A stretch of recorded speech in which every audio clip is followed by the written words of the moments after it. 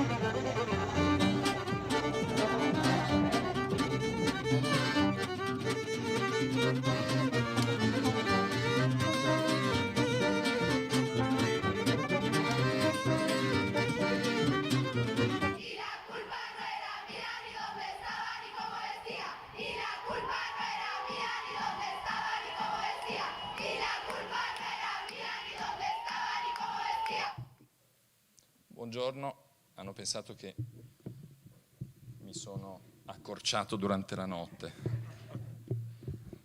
Ciao, buongiorno. Ciao, buongiorno. Avete visto, buongiorno a tutti, avete visto il video di presentazione della stagione Assolombarda 2021, che è la stagione della Fondazione Giacomo Feltrinelli. A me, che sono il direttore di questa fondazione, Massimiliano Tarantino, il compito di dare il benvenuto a tutti voi che siete qui in via De Pasubio e a tutti coloro che ci seguono da casa in streaming. Lo scorso 23 settembre, da Washington a Nairobi, da Venezia a Milano, i giovani di tutto il mondo sono tornati in piazza a protestare per il clima e a chiedere ai leader mondiali di agire in fretta per difendere il nostro pianeta. Nello stesso giorno, in apertura dell'Assemblea di Confindustria, il Presidente del Consiglio Mario Draghi ha dichiarato che la transizione ecologica non è una scelta, bensì una necessità, sottolineando che i cambiamenti climatici hanno già gravi conseguenze sulle nostre vite, il nostro pianeta e le nostre economie. Cito le sue parole: se non interveniamo subito, i loro effetti rischiano di peggiorare e diventare irreversibili. Centrali in questa prospettiva sono i programmi che costituiscono la dotazione finanziaria del Next Generation Europe, ma da soli non sono sufficienti. Occorre far sì che la concretizzazione delle strategie di implementazione del PNRR sia frutto di azioni integrate, di pratiche, di metodi, di modelli innovativi che nascono dal coinvolgimento dei territori, delle comunità di ricerca, delle comunità di pratica. Questo modello partecipato è espressione della volontà della nostra fondazione di sostenere una componente fondamentale della nostra democrazia, la domanda di buona politica, cioè la sollecitazione rivolta a tutte le parti sociali a conoscere e a confrontarsi per reclamare buona gestione a chi si intesta l'interesse pubblico. Non basta riconoscere l'urgenza delle sfide che abbiamo di fronte, serve che il percorso verso la transizione passi dal confronto e dal dialogo. Questo per noi l'autentico ruolo della cultura. Occorre l'impegno a tutti i livelli per sollecitare la politica ad intestarsi la responsabilità di attuare investimenti e scelte più giuste e inclusive, a partire dal confronto con le realtà e con le pratiche. Sono felice quindi di inaugurare oggi, a nome della Fondazione, i Milano Transition Days, 3 giorni di lavoro che abbiamo progettato per delineare con il vostro contributo scenari evolutivi che permettano di rendere praticabile e attuabile la transizione, suggerendo priorità e fornendo stimoli ai decisori politici affinché si possa aiutarli a valutare gli impatti della transizione sull'economia, sulle nostre città e sui cittadini. Transizione è un termine che spesso lascia pensare a un fenomeno graduale e naturale, come se questo viaggio trasformativo fosse già tracciato, se ne conoscessero le tappe e la destinazione. Non basta però la buona volontà e la corresponsabilità di tutti gli attori di sistema nel convergere verso gli obiettivi che la transizione pone in termini di priorità. La transizione ecologica è infatti un processo radicale di cambiamento che non riguarda solo politiche di tutela ambientale e sviluppo tecnologico, ma riguarda gli stili di vita, le modalità con cui progettiamo e organizziamo le nostre città, le modalità della trasformazione della mobilità, la transizione energetica, le relazioni di comunità e coinvolge in prima persona i comportamenti e le abitudini dei cittadini. Per questo motivo abbiamo bisogno di scelte drastiche e cambiamenti duraturi, di un'evoluzione del ruolo degli attori politici, economici e sociali, di innovazione supportata dalla tecnologia, di un aggiornamento delle competenze e dello sviluppo di processi partecipativi, in cui gli attori economici e sociali, e soprattutto i cittadini, possano giocare un ruolo attivo nella dimensione decisionale. Si chiama democrazia partecipativa ed è tempo, secondo noi, di metterla in pratica. Siamo molto contenti del riscontro che abbiamo ricevuto rispetto a queste iniziative e del quadro complessivo di partecipanti che abbiamo raggiunto in questi mesi, grazie alle interlocuzioni avviate con tutti voi. Sono coinvolti in questi 3 giorni 9 centri di ricerca e università, 9 realtà di investimento, 11 innovation hub, 20 imprese, oltre 40 start-up, scale-up, spin-off universitari, 20 rappresentanti di istituzioni ed esperti internazionali. Quello di oggi è il primo giorno dei 3 appuntamenti in programma. Proseguiamo domani con l'Energy Day per chiudere dopodomani con il Food and Water Day. E intendiamo occuparci, come ben sapete, meglio di me, di mobilità sostenibile. La pandemia ha ridefinito il nostro rapporto con la mobilità e mai come in questi mesi il desiderio di muoverci si è scontrato con l'esigenza dei governi nazionali di ridurre la diffusione del contagio. Occorre però riprendere il discorso sulla mobilità sostenibile e aggiornarlo alla luce del nuovo rapporto che le persone hanno stabilito con il proprio territorio, con le nuove dinamiche del lavoro e con i piani di riforme per i contesti urbani a 0 emissioni. In che direzione, ci chiediamo, e attraverso quali proposte è necessario ridisegnare la mobilità perché offra soluzioni che nel rispetto dell'ambiente siano in grado di promuovere nuove economie e configurare città e territori come luoghi di opportunità. Siamo a ridosso dell'inizio della conferenza preparatoria della COP26. Da ieri Milano è al centro del mondo per il dibattito sui temi della transizione e del cambiamento climatico. I Milano Transition Days, che rientrano nel palinsesto All for Climate promosso dal Ministero della Transizione Ecologica e nel programma Food Wave promosso da Commissione Europea e Comune di Milano, vogliono essere il contributo di tutti voi e di tutti noi, concreto e pragmatico, rispetto al processo di transizione della nostra società. Un contributo, come nella tradizione di Fondazione Feltrinelli, più di domande che di risposte, di confronto e di elementi di confronto tra diversità. Ringrazio in primo luogo i presenti per il tempo che ci avete dedicato e per essere qui con noi. Ringrazio il Ministero delle Politiche Agricole e Assolombarda per il patrocinio a questa iniziativa, i partner della prima giornata di lavori, BMW Italia, che da quest'anno affianca le attività dell'Osservatorio di ricerca sulla sostenibilità di Fondazione Feltrinelli, e IGP Decaux, che ci ha consentito di realizzare la comunicazione di questa iniziativa. Ringrazio tutto lo staff di ricerca, lo staff di comunicazione e di organizzazione della Fondazione Feltrinelli, Azzurra Spirito, collaboratrice della Fondazione sui Milano Transition Days, che hanno reso possibile questa iniziativa. Ringrazio in particolare i facilitatori e le facilitatrici, o meglio come si dice oggi, le facilitatrici e i facilitatori, che accompagneranno i tavoli di lavoro di questa giornata. Guglielmo Apolloni, designer e imprenditore sociale, ci sei? Buongiorno. Gabriella Piccolo, senior service designer, buongiorno Gabriella. Claudio Marciano, ricercatore in sociologia e politiche dell'innovazione presso l'Università di Torino, buongiorno, e i relatori che prenderanno parte alle sessioni in plenaria, nonché il moderatore e giornalista del Domani Ferdinando Cotugno, a cui cedo la parola. Buon lavoro a tutti.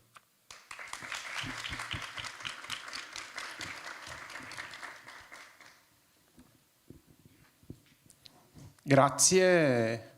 E buongiorno a tutte e tutti. È bello vedervi qui già disposti ai tavoli, visti da qui siete proprio l'immagine della voglia di mettersi immediatamente al lavoro su questi temi.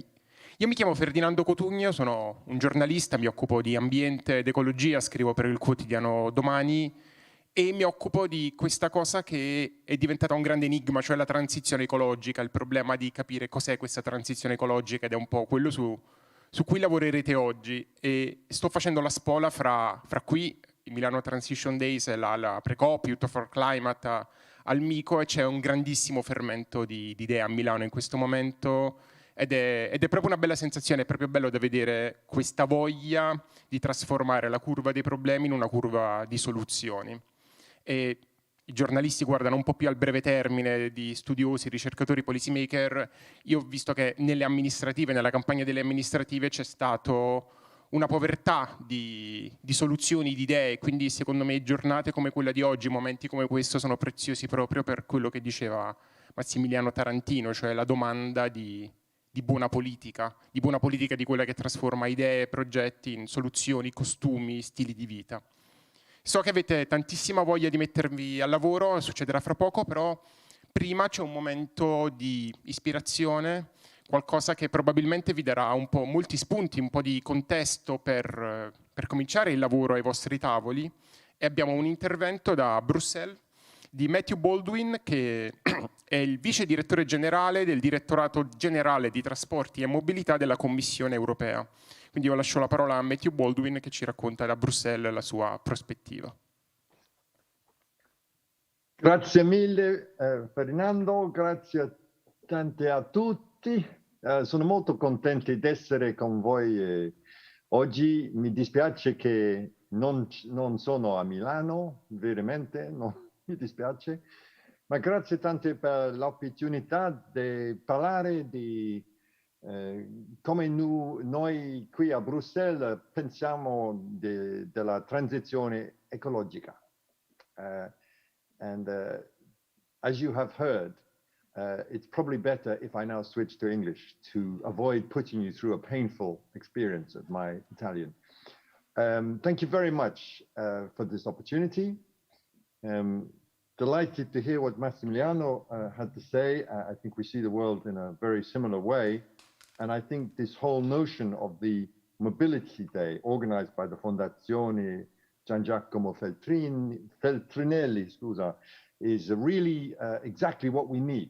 And I'll try to explain why. I don't think for this audience, but I don't know this audience, but I suspect for this audience, I don't need to spell out for you the existential crisis that we are here trying to tackle. It's all around us. I think everyone knows now we have to act. It's not a question of whether, it's how and how quickly we're able to act. And as Massimiliano mentioned, COP26, a partnership between the UK and Italy to take forward the global agenda now established so powerfully in Paris, is nearly upon us. And I shall be there myself to make the case for urban mobility and for the role of cities to play in that. Briefly, to give you the context at the European level, of course, we have this thing called the European Green Deal, which we proudly and rightly claim is now the new European growth strategy. And it's urgently needed in transport. Transport is the only sector where emissions are growing, 25%. It's going in the wrong direction. And we have calculated we need to remove 90% of our emissions from transport by 2050. I think one of the crucial things about the European Green Deal is it establishes this strong intermediate step in 2030 that we have to reduce our greenhouse gas emissions by at least 55% by then. And I think it's also crucial in this context, to put this briefly in the context of the pandemic, that we're not backing down from this. When President Ursula von der Leyen made her first State of the Union speech in September 2020, many people said, well, obviously now with the pandemic, the EU has to take a slower path to address this ecological crisis. But she said, we're not going to do that. We've done the testing, we've done the analysis. We know we can deliver a 55% reduction by 2030. Yes, there are some that think we should go faster and higher, and there are some that think we should go slower and lower. But we can do this 55% because it's based on the evidence that we can achieve it and we must achieve it. And that's what the package of proposals we put on the table last July is all about. In transport, we set out our big strategy a little earlier than that. If you haven't had the chance to look at our sustainable and smart mobility strategy from December 2019, please take a look. I won't read it out to you, but the principal elements are as follows. It says we have to act radically to make all modes sustainable. In other words, we're not just relying on modal shift, but we're counting on all modes ultimately becoming sustainable.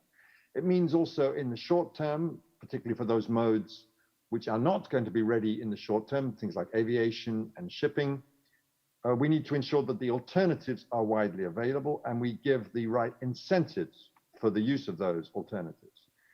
In practical terms, this means we must reduce our dependence on fossil fuels. We need new fleets of low and zero emission vehicles and the infrastructures to support them. And we are now rolling out a whole series of policy measures to deliver on both. Secondly, on top of this, ensuring all modes are sustainable, we now need also to have decisive action to shift passengers and freight onto rail. It is the European Year of Rail. The Connecting Europe Express has passed triumphantly through Italy. I hope it didn't pass unnoticed, but we have to promote and push rail as an underused mode of transport. And of course, you're the great leaders on that. And what you've done with the Milan-Rome link really deserves enormous praise. And thirdly, we need to look at it sounds very technical this, but we need to internalize our external costs. Basically, it's about the polluter pays and the user pays principle and actually bringing that home. We've studied this with the University of Delft in the Netherlands, somewhere between, and there's arguments about the methodology as there always are, between 600 billion and 1 trillion euros of external costs are imposed by the users of transport on the rest of society. 40% of that is environmental, greenhouse gas emissions, terrible air quality, species loss, habitat degradation. 30% of it is linked to the cost of congestion.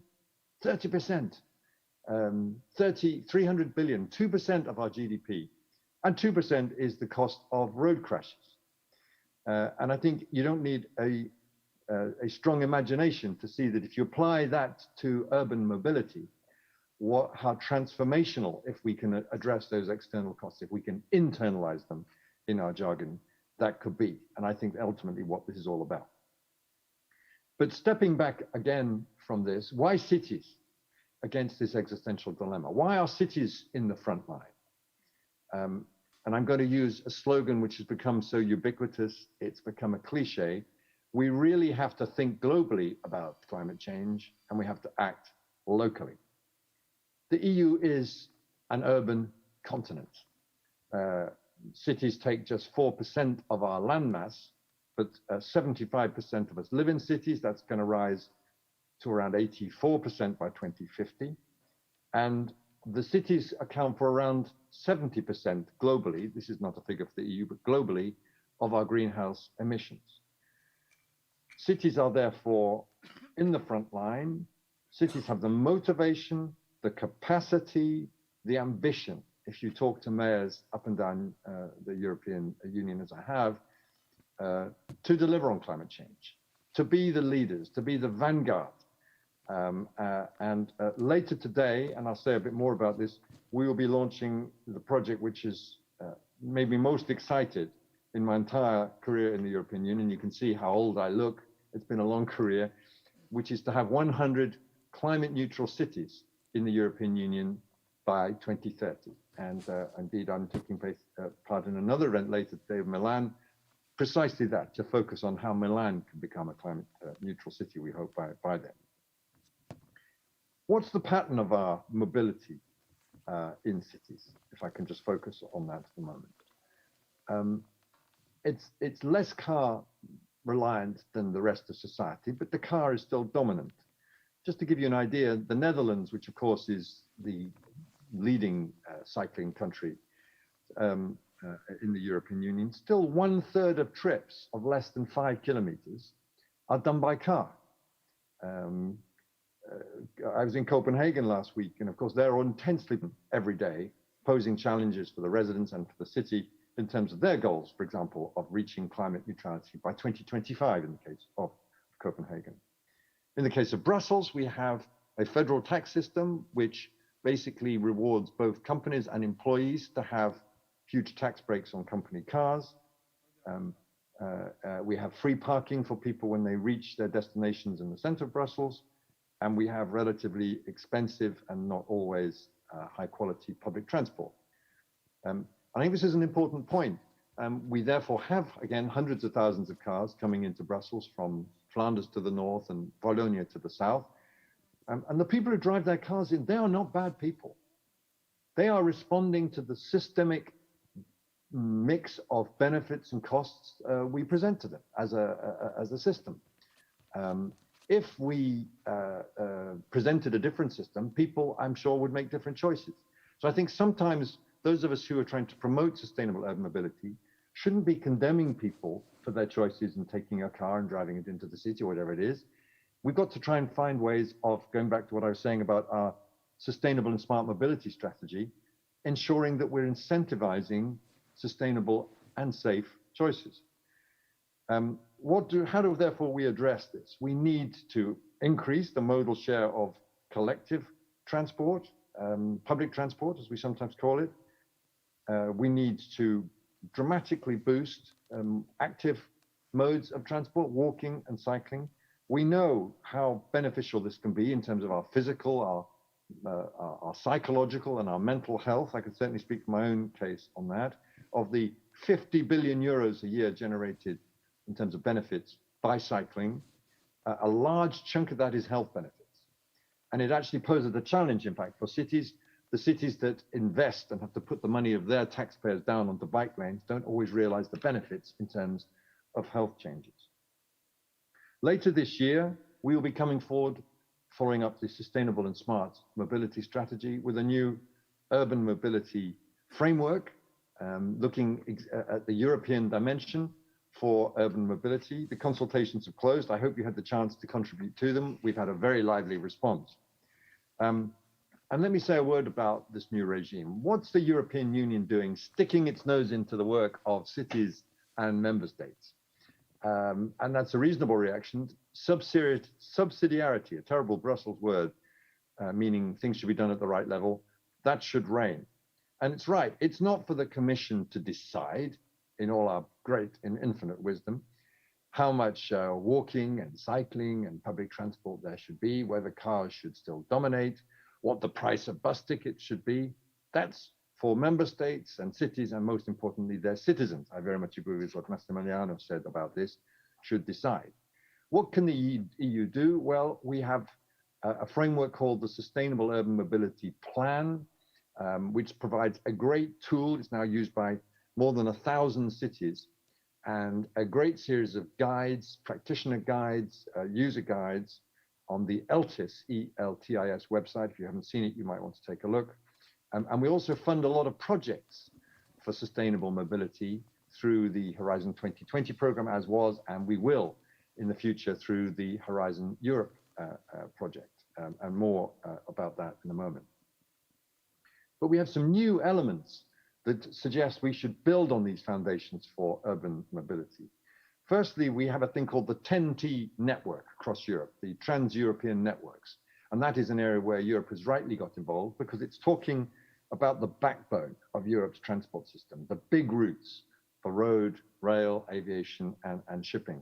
And of course, that's cross-border. And I think over the years, we have underestimated and underinvested in what we call the urban nodes, the pieces, the cities at the end of these networks. Very often the starting point and the end point for passenger journeys, and of course also for freight movements, what we call the first and the last mile. And for example, when we start thinking about rolling out a new refueling infrastructure for electric and hydrogen powered vehicles of the future, we must ensure that that network also comes into the cities. Otherwise, we're shooting ourselves in the foot. You can't even leave the city with your new alternatively powered vehicle.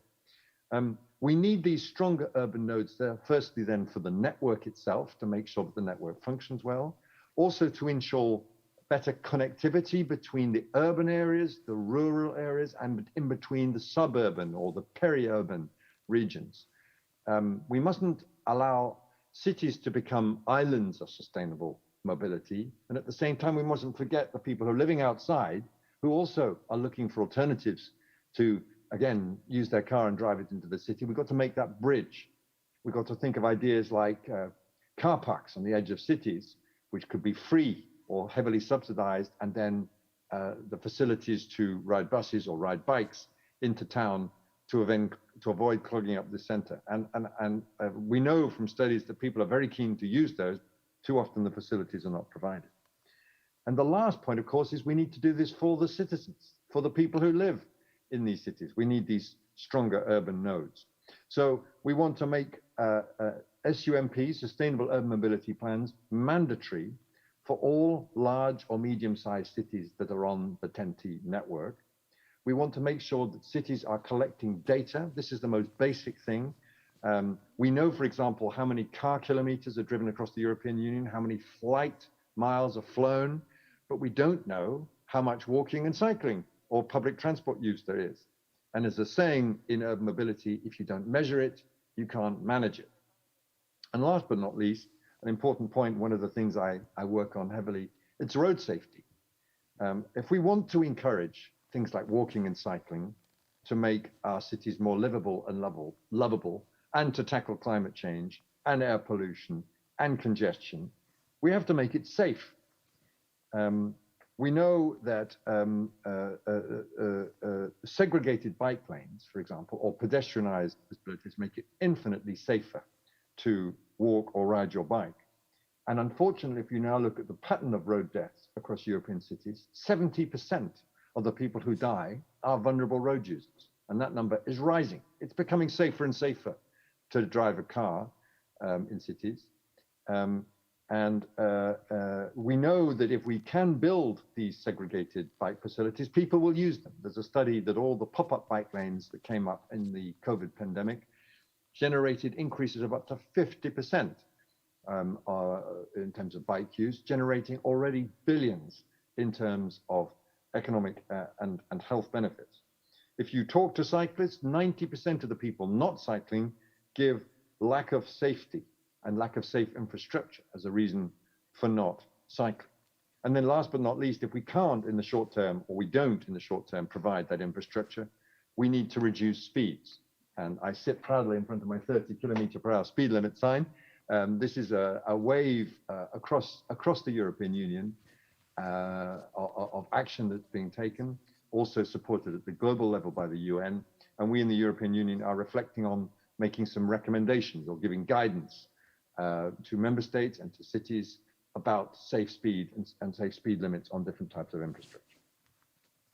I mentioned the COVID factor earlier on, and I think this is something we also need to factor in and plan in. We are extraordinarily trying to tackle this existential crisis at the time when we're dealing with the biggest health crisis for many generations in the European Union and of course globally.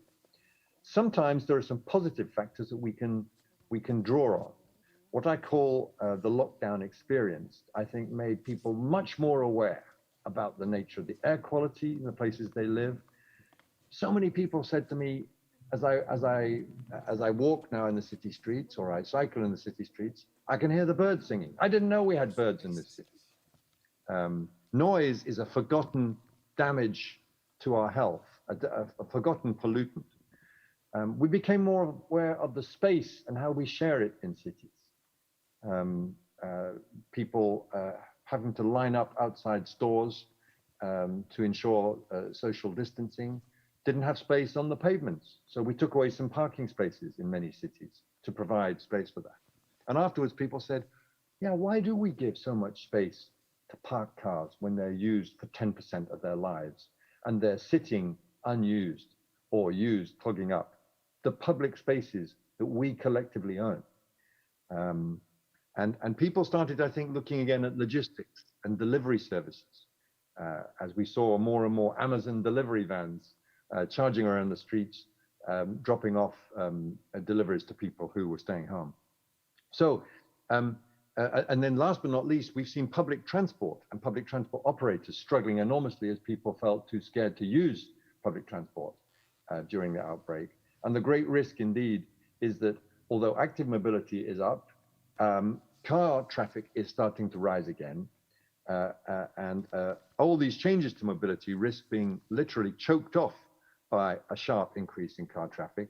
We shouldn't go from lockdown to gridlock as we return to our old ways. Lastly, why cities? I'll put it in a single sentence. If there's an innovation out there in transport or in energy or in waste management or water management, it's tested first in cities. Again, just using mobility as an example, technology is transforming how information about our travel and our travel options is shared. We're all using these things the whole time to find out when the bus is coming, which way to get across town, which way to leave town. Progressively, we're going to be able to buy one-stop tickets through our iPhones, and it'll encourage us to use shared bikes with public transport and enable us to do it effectively. Mobility as a service is a growing concept, exactly on this theme, building the notion of how we can actually move around our cities in a more sustainable way. Ride-hailing, ride-sharing schemes enabled by technology. Maybe we don't need to own cars in cities. We restrict our use to the essential trips when we're going out to IKEA and getting a whole stack of new things, or picking up 15 relatives at the train station. You don't need to go through the huge fixed costs of owning a car if it's much easier to use a car for occasional use in the city. There is real scope, in my view, therefore, for ambition and for change in our urban mobility. It's transforming before our eyes. We have to ensure that it is sustainable. We have to ensure that it is safe for all road users based on Vision Zero principles. And the last point is, it has to be equitable and accessible for all. If you look at who owns a car in cities, it's less than 50% of people in Brussels have access to a car. If you look at the poorer neighborhoods of Berlin, only 1/3 of the people living in the poorer neighborhoods that have access to a car. So the next time someone says to you, we need to ensure equity by ensuring that cars continue to circulate, be a little skeptical, because the people who own the cars are not generally the poorest in our society or in our cities. And finally, accessibility is such an important point. People with disabilities or reduced mobility, they have the same right to move around as the rest of us. And we need to ensure that our infrastructure, our planning, and all respect, public transport and all the rest of it is factored in. It doesn't mean, I repeat, the EU calling all the shots. It does warrant a serious, hard look at the way we do our business. And then if I may just try to wrap this up by just touching on our project of today, the 100 climate neutral cities, because this is where it all comes together. Many of you will have heard about projects, great projects like the Covenant of Mayors, which is, by the way, going global. It will be a big event in Glasgow, the COP26. We have the new Climate Pact. We have many smart city programs, all run from the EU. But nowhere in this process do we have something which really focuses city minds on how they can go all the way to carbon neutrality. Why is that important? For two reasons. Firstly, we know we are all going to have to do it by 2050. As I've said, cities are very well placed to lead that process. But secondly, the learning process is so important. Tackling the last 20–30% of your greenhouse gas emissions in a city are often the most difficult and the most costly, and the ones involving hard behavioral changes. People may have to start thinking about eating less meat as well as reducing their use of cars. People may have to start accounting for the emissions driven by their mobile phones or the use of their computers. These are tough choices for people who've grown up and grown habituated to using things. And it's absolutely not for the European Union to be saying, all right, we all have to stop. So we have to start thinking and tackling that and learning together as cities, as societies, to address these issues. That's why we've set this very ambitious target to try to find 100 cities, large and small, from the east and from the south of Europe, as well as from the north and the west of Europe. It can't just be about Copenhagen and Finnish cities. We need to go beyond the usual suspects. We need to test the concepts, to bring forward real innovations in governance, to make these cities urban living laboratories for all cities to follow. Watch this space. We'll be launching that later this afternoon. We're going to be having a big WebEx open call for cities that are interested. I'm talking a lot already to Milan. I hope that they will be joining our discussions. It's essential that they are plugged into this process as we move forward. And last point, it's going to be expensive. Finding the funding and the finance for that is going to be a huge challenge. It can't all come from Horizon Europe funds, although we will be spending around €1 billion over the next 7 years on this project. It can't come from European funds, although I hope that the recovery and resilience money and that the structural funds will increasingly be used for tackling this in urban mobility and energy efficiency and so on. It can't come from national funds or can't come from city funds. It's going to have to come from the world of private finance. And what better place to start thinking about that than Milan, with its historic and great connections to private finance. There is intense excitement out there in the green finance world, the sustainable finance world, to see how we can use new green bonds to drive this. And again, if you're a citizen, what better way than to express your desire for a new and sustainable future in your neighborhood than being able to invest in the changes, to put your money into the changes in your neighborhood where your children are growing up and playing. It's a very exciting prospect. It's a very challenging prospect. We're starting the journey today. Hope you can join us. Thanks for your attention. I hope I've still, with my long-winded presentation, left a little time for questions if you have any. Thank you.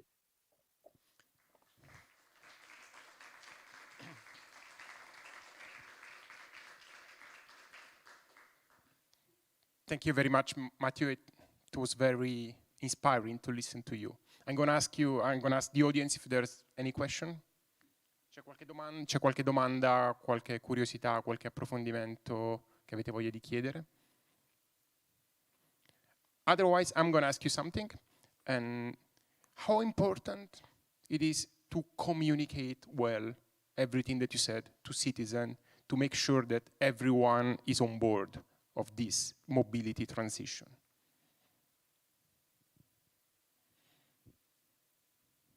Of course, it's a cliche for someone like me to say, yes, communication is very important, and yes, we have to consult with citizens.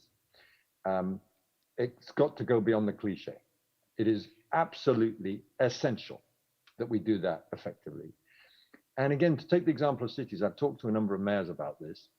Cities are the crossroads where policies meet people most directly, where the guy who knows that he needs to re-insulate his apartment and knows that there are financial incentives out there, but doesn't want to do it now. You know, my mother-in-law is sick. My children, you know, I need the spare bedroom. I'd love to give up my car, but you know, I can't do it yet. That's where you have those direct political conversations between individuals and people. That's why we have to involve citizens in this thing. If this project, when I'm talking about the climate neutral cities, but it applies to everything we're trying to do with the European Green Deal. If this project feels, from a citizen perspective, like it's being done to them rather than with them or by them, it will not succeed. Which is why we're baking in citizen engagement into the process of our climate neutral cities. We've had a number of citizen engagement events, and we're hearing this so loud and clear. And again, post-COVID, it may be actually easier to find ways through electronic forums to engage people in this. But we are going to really insist that cities, as they come forward with their contracts, as we're calling them, climate neutral city contracts, to explain how they're going to engage citizens. Again, it's not for us to tell cities how to do it. How you engage with citizens is going to be very different in Gothenburg from how you do it in Napoli. It's going to be different from Milano to Napoli. So you know best what works in your cities, but it is really essential that that happens and that we communicate effectively with them, not so much from the European Union. I mean, people in Milan are not interested hearing from me in Brussels about how it should be done. They will definitely be interested to hear from the mayor of Milan about how it's going to be done. Thank you very much. I don't know if there's any question. Otherwise, we can thank you, Matthew, and I wish Grazie you mille. a good day. Grazie Buona mille. fortuna per la conferenza. Grazie mille. Grazie. No, there's a question, maybe? There's a question, if you have Sure, one fire more away. minute. Is it working? Yeah.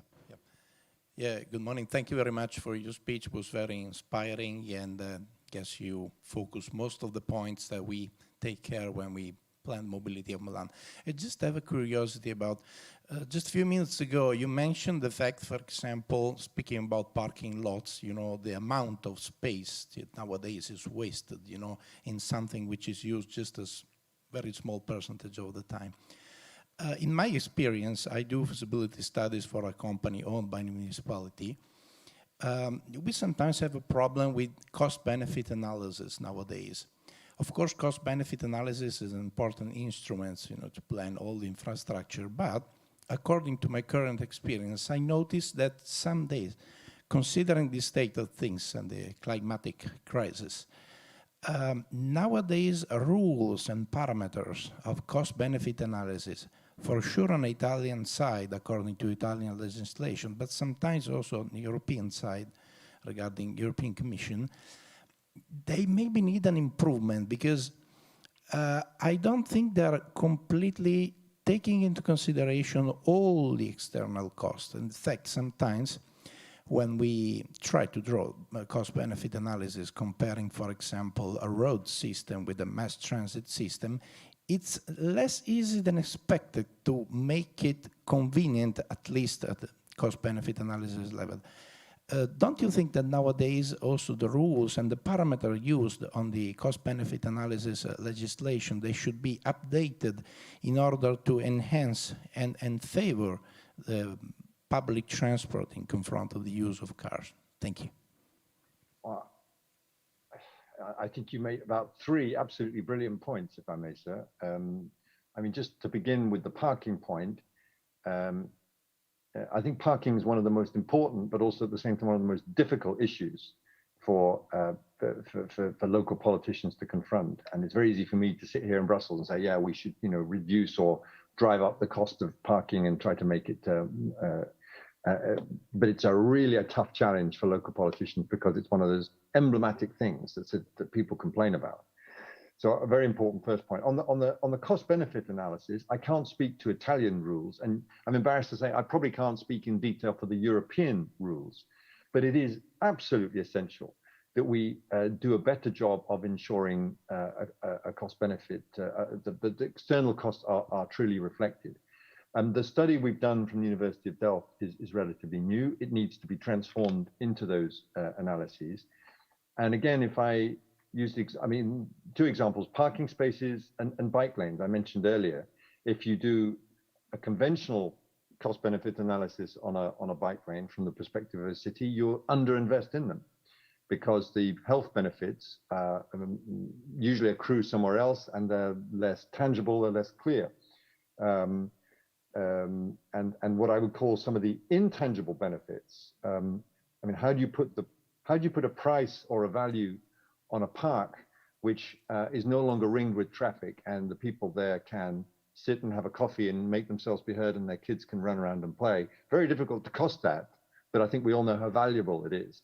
So you're right, we need to be tough. I mean, I always say to people, we can win these arguments based on hard economic arguments. We don't have to rely on, you know, redefinitions of GDP or anything else. We can win these arguments on conventional economic grounds, but we also therefore need to ensure that our cost-benefit analysis is fully up to date. And I'm sorry, I don't know who put the question to me, but I'd be very interested to follow up on that if you would care to send me an email. And I don't know if there is a chat. I'll post my email there, and you'd be very welcome to drop me a line, and I'll see if I can follow up on this issue. Thank you very much. Here I am typing as I speak. Thank you very much for your answer, and I think we can really wrap it up. So have a beautiful day in Brussels. Well, we won't have a beautiful day in Brussels because it's raining, but you have a really great day in Milan. Try to do your best. Bye bye. Perfetto, allora possiamo proseguire con la giornata, con questo primo Milano Transition Day.